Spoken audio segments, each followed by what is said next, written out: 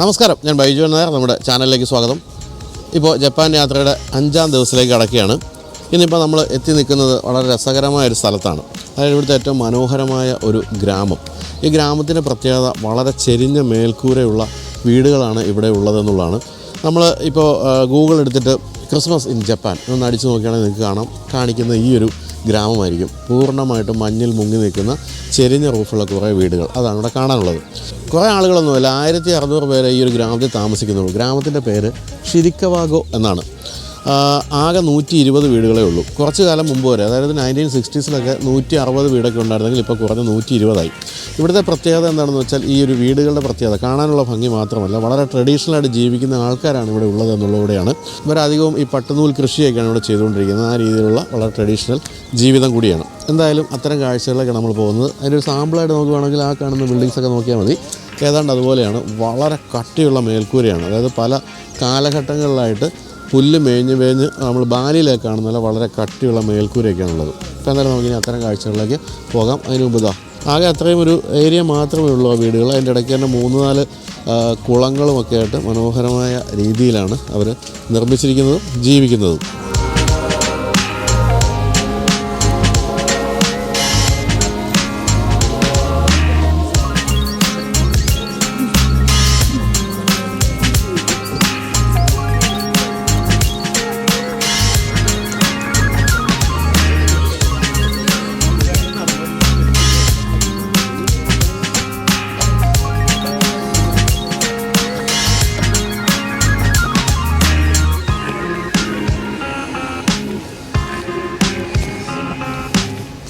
ഈ വീടുകളെല്ലാം തടയിൽ നിർമ്മിച്ചുകൊണ്ട് ഇതിനകത്ത് സ്മോക്കിംഗ് പാടില്ല എന്നാണ് എഴുതിയിരിക്കുന്നത്.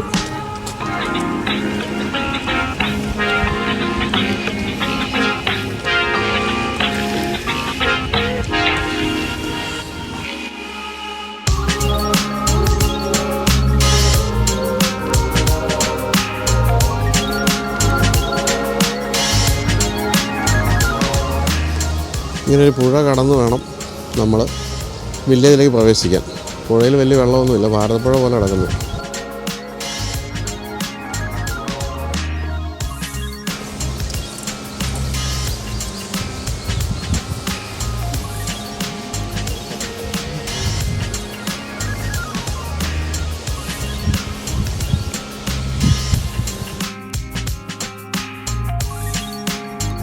അങ്ങനെ നമ്മൾ വില്ലേജിലേക്ക് പ്രവേശിച്ചിരിക്കുകയാണ്.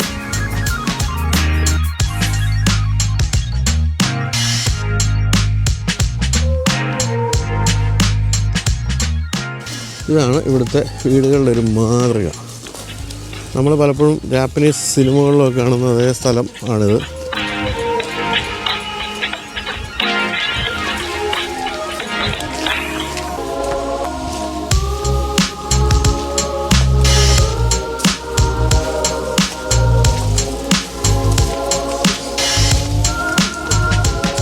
ഏറ്റവും രസമുള്ള സംഭവം ഇതിന് നടുക്കൊക്കെയുള്ള ഈ ഒരു വെള്ളക്കെട്ടുകൾ പോലത്തെ സ്ഥലങ്ങളാണ്. അതുകൊണ്ട് തന്നെ ഇത് ഭയങ്കരമായിട്ട് നമ്മളിങ്ങനെ നേച്ചറുമായിട്ട് ചേർന്ന് നിൽക്കുന്ന പോലെ തോന്നും.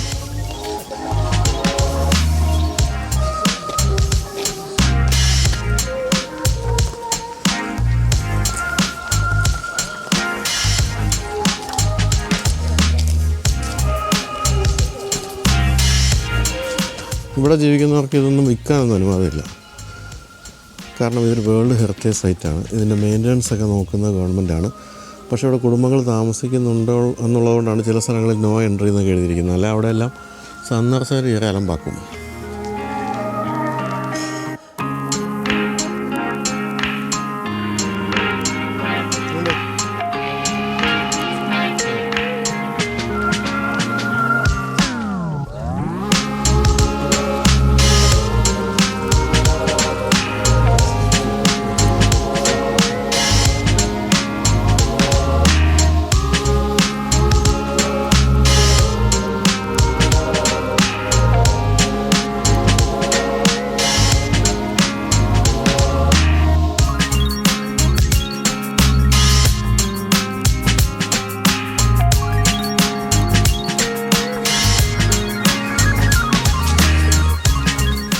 ഇത് നല്ല രസമുണ്ട് കേട്ടോ.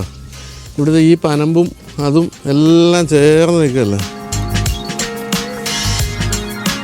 ഇവിടുത്തെ കർട്ടനുണ്ട്, കർട്ടൻ വരെയൊക്കെ ഈ വീടുമായിട്ട് ചേരുന്ന രീതിയിലാണ്.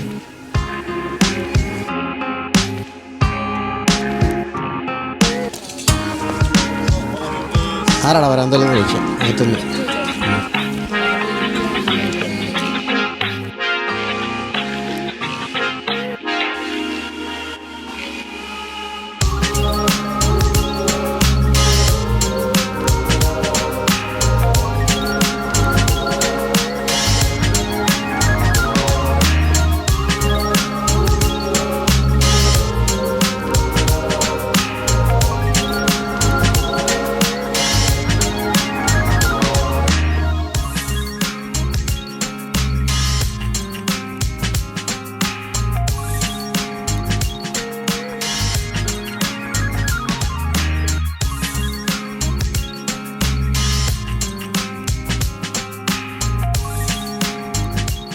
ഈ ഗ്രാമത്തിലുള്ളവരെയൊക്കെ ഉണർത്തുന്ന മണിയടിയായിരിക്കും അലാം. ഇതിത്തിരി കനപ്പെട്ട അടിയാണ്. ഈ കമ്പ് അങ്ങനെ കൊണ്ടുവന്ന് അത് മുട്ടിക്കണം. അപ്പോൾ നമുക്കത് കാണുമ്പോൾ മുട്ടിക്കാൻ തോന്നും. അതുകൊണ്ട് ഇവിടെ എഴുതി വെച്ചിട്ടുണ്ട് അടിക്കരുതെന്ന്.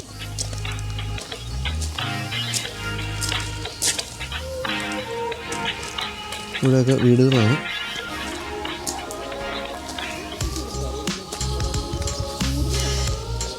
ഇത് ക്യാമറ വെയിലുള്ള പിടിക്കാൻ വേണ്ടി നമ്മളെ ഏൽപ്പിച്ചിരിക്കുന്നതാണ്.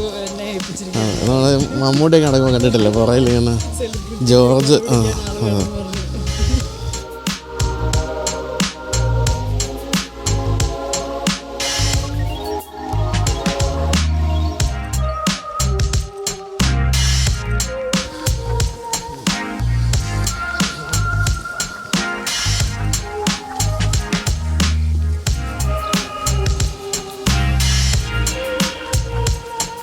ഈ ജപ്പാൻ എന്ന് പറഞ്ഞ രാജ്യത്തിൻ്റെ 62% മലനിരകളാണ്. അതുകൊണ്ട് തന്നെ ബാക്ക്ഗ്രൗണ്ടിലൊക്കെ നമ്മൾ എവിടെ നോക്കിയാലും മലകളായിരിക്കും.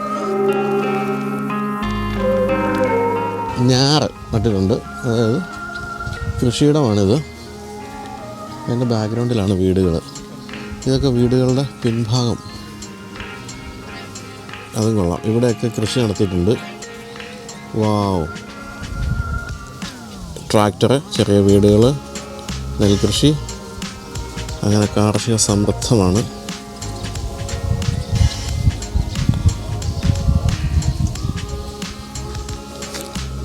ഇത് മനോഹരമായ ഒരു ബിൽഡിങ്.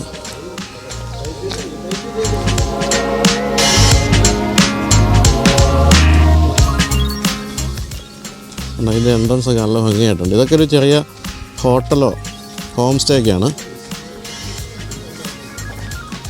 ഇവിടെ ഹോണ്ടയുടെ ഒരു മോഡൽ, അതിവിടെ സ്ഥിരം കാണുന്ന മോഡലാണ്. അത്രേ ഉള്ളൂ.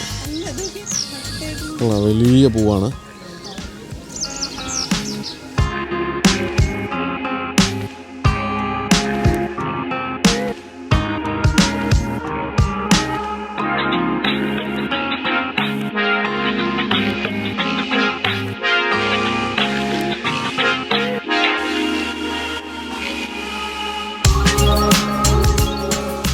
ഇതൊരു ഹോം സ്റ്റേ ആണെന്ന് തോന്നുന്നു. ഇവിടെ ചെറിയൊരു സ്ട്രീമൊക്കെ ഉണ്ട്. ആ പൂവിൻ്റെയൊക്കെ ഒരു ഭംഗി. ഷൂസ് സ്ട്രിക്ട്ലി പ്രൊഹിബിറ്റഡ് എന്ന് എഴുതിയിട്ടുണ്ട്. മൊത്തം തടി കൊണ്ടാണ്, അതായത് ഫ്ലോർ അടക്കം തടിയായതുകൊണ്ട് വലിയ റൂഫ് വളരെ കട്ടിയിൽ.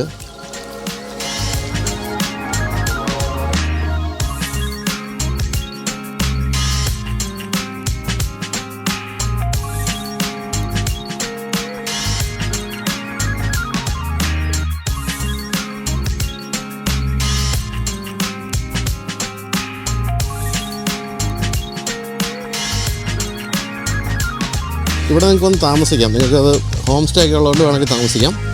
അതിനുള്ള അവസരമുണ്ട്. ഇവിടെ ഇങ്ങനെ 3 കല്ല് കാണുന്നുണ്ട്. കല്ല് എന്താണെന്ന് മനസ്സിലായില്ല. എന്തായാലും കല്ല് ഇവിടുത്തെ ദേവതകളൊക്കെ ആയിരിക്കാം. ഇവിടെ ഷിൻഡോ എന്ന് പറയുന്ന ഇവിടെ ഷിൻഡോ എന്നൊരു മതമുണ്ട്. ഒരു പ്രകൃതി ശക്തികളാണ് അധികം ആരാധിക്കുന്നത്. ഒരു പക്ഷേ അവരുടെ ആയിരിക്കാം, അവരുടെ പ്രതിമകളൊക്കെ ആയിരിക്കാം. ഇതിങ്ങനെയാണ് ഈ ഗ്രാമത്തിൻ്റെ തെരുവ്. അങ്ങേ അറ്റം വരെ കാണാം.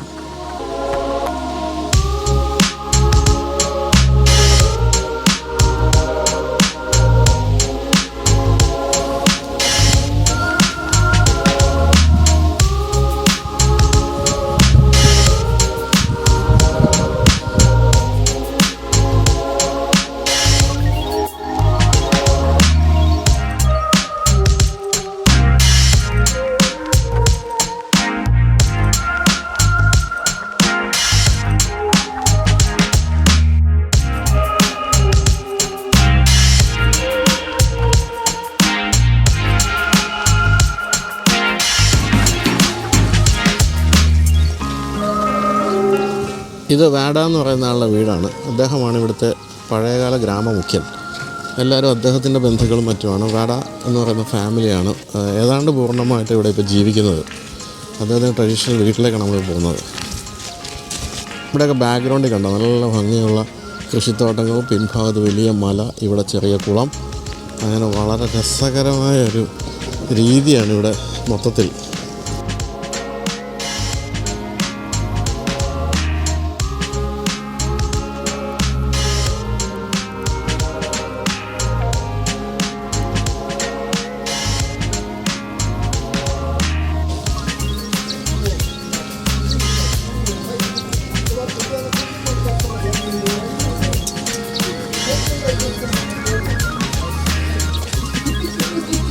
വാഡ ഹൗസിൽ കയറാനുള്ള എൻട്രൻസ് ടിക്കറ്റാണ്.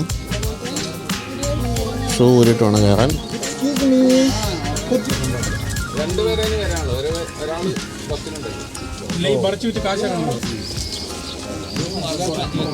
അപ്പം നമ്മൾ വാഡയുടെ വീട്ടിലേക്ക് കയറുകയാണ്.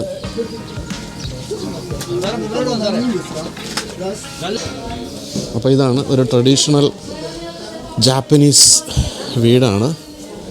നമ്മുടെ നാട്ടിൽ അറിയാൻ തരാൻ പോലെ തന്നെയൊക്കെയാണ് കാര്യങ്ങൾ ഏകദേശമൊക്കെ. മുഴുവൻ നല്ല തടിപ്പണി.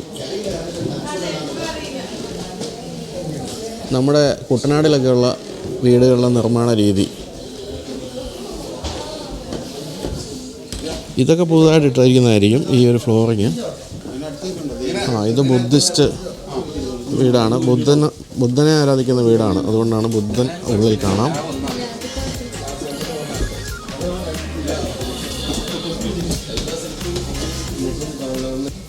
ഇതൊക്കെ നമ്മൾ ജപ്പാനിൽ സ്ഥിരം കാണുന്ന തരത്തിലുള്ള ചിത്രപ്പണികൾ, പെയിൻറ്റിങ്ങുകൾ.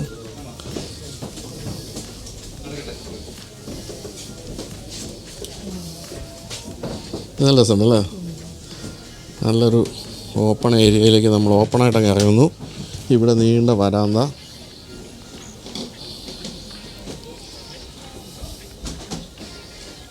ഇതെല്ലാം നമ്മുടെ നാട്ടിലെ വീടുകളെ ഓർപ്പിക്കുന്നുണ്ട് അല്ലേ? അറിയാൻ നേരം കുട്ടനാട്ടിലൊക്കെയുള്ള വീടുകൾ പോലെ അല്ലേ ആലു?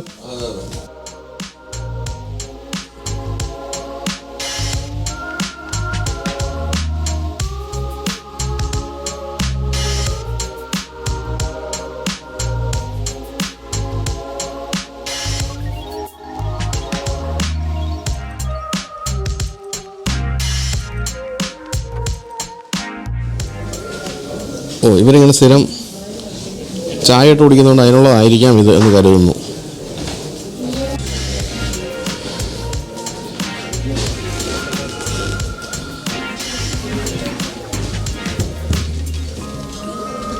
ഫയർ ഫൈറ്റിംഗ് ട്രെയിനിങ്, വീടുകൾക്ക് തീ പിടിക്കാതിരിക്കാൻ.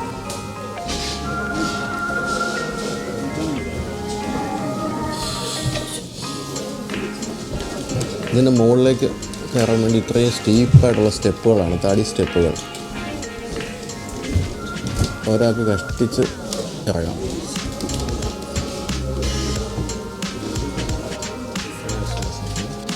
ഇതിപ്പോൾ നമ്മൾ രണ്ടാം നിലയിലെ എന്താ പറയേണ്ടത്, ഈ മാളികപ്പുറത്ത് എത്തിയിരിക്കുകയാണ്. നല്ല മനോഹരമായിട്ടുണ്ട്. ഇതിൻ്റെ മേൽക്കൂര ഉണ്ടാക്കിയിരിക്കുന്നത് ചൂരലാണ് ഈ മേൽഭാഗത്ത് കാണുന്നത്. ഇപ്പോൾ നമ്മൾ താഴെ കണ്ട ആ ഒരു ഫയർ പ്ലേസിൽ നിന്നും പുക പുറത്തേക്ക് വന്നിട്ട് മുകളിലേക്ക് വന്ന് നേരെ ഇവിടുത്തെ ഈ ഒരു ചൂരലിലേക്കൊക്കെ എത്തും. അപ്പോൾ ഇത് ഇൻസെക്റ്റുകളെ കൊല്ലാനും അതുപോലെ തന്നെ ഇതിൻ്റെ ലൈഫ്, ഈ ഒരു ചൂരലിൻ്റെ ലൈഫ് കൂട്ടാനൊക്കെ ഉപകരിക്കുമെന്നാണ് നമ്മുടെ ഗൈഡ് പറഞ്ഞത്.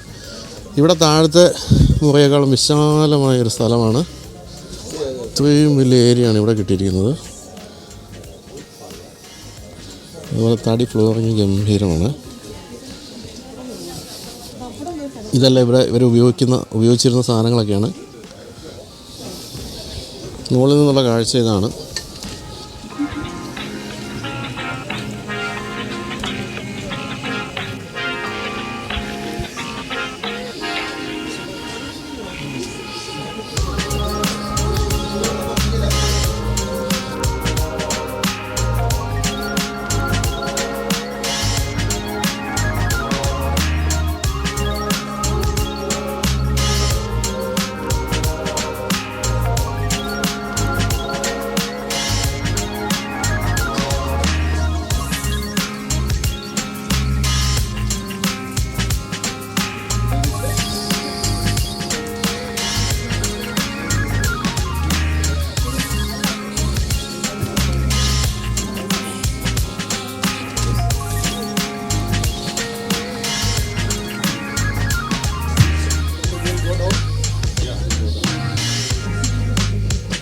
ഇതൊക്കെ ഇവരോട് ഉപയോഗിച്ചുകൊണ്ടിരുന്ന കാർഷിക സംഭവങ്ങൾ, അടുക്കളയിലുള്ള കാര്യങ്ങളൊക്കെയാണ്. അതെല്ലാം ഇവിടെ ഒരു റൂമിൽ സൂക്ഷിച്ചിരിക്കുന്നു. വളരെ ഗംഭീരമായ തെളി നീരുറവയാണ്.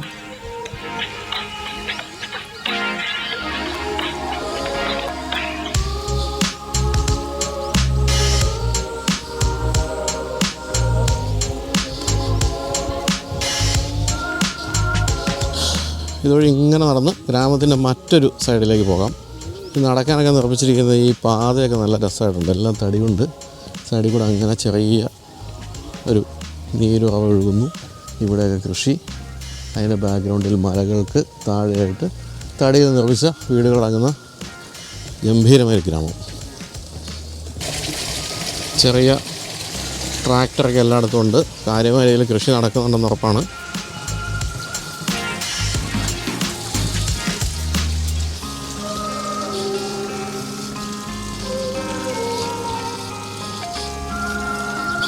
ഇവിടെയൊക്കെ കൃഷിക്ക് ഒരുക്കിയിട്ടിരിക്കുന്ന പാടം.